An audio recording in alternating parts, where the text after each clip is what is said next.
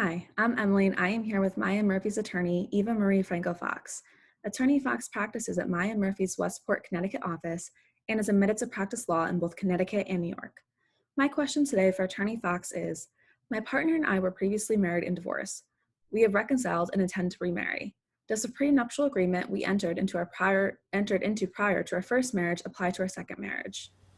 This may sound like an unlikely scenario, but it does happen. Parties often will marry, divorce, and subsequently reconcile and remarry. And they need to know, does their prenuptial agreement or their postnuptial agreement still apply? It's the same spouses.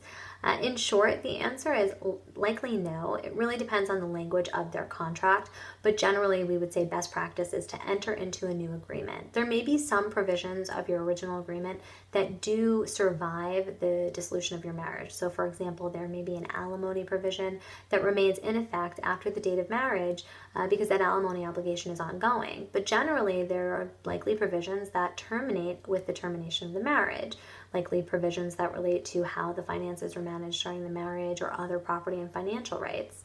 In addition, the financial circumstances of the parties likely have changed since the time they entered into their first marriage, and the terms may no longer make sense for them. It's best that the parties renegotiate to the extent necessary and really have discussions about what their new concerns or financial circumstances are and enter into a new agreement. It's also critical that they exchange financial disclosure all over again because their financials certainly have likely changed between the time of their first marriage through their divorce and their second marriage.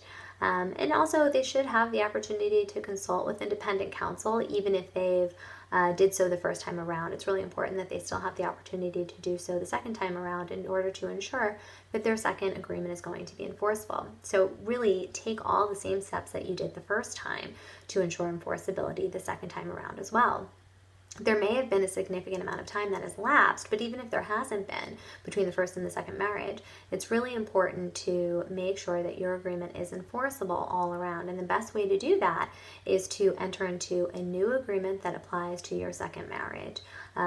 Now, this doesn't prohibit you from incorporating terms or essentially using the same or some or all of the same terms as your original agreement in your second agreement, but really the best practice is to enter into a new, fresh agreement after new financial disclosure and the opportunity to consult with independent counsel to ensure that your interests are protected, your loved ones are protected, and your assets are protected moving forward.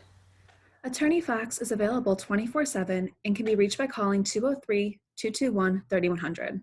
You can also email Attorney Fox at efox@mayalaw.com, and please visit mayalaw.com for more information.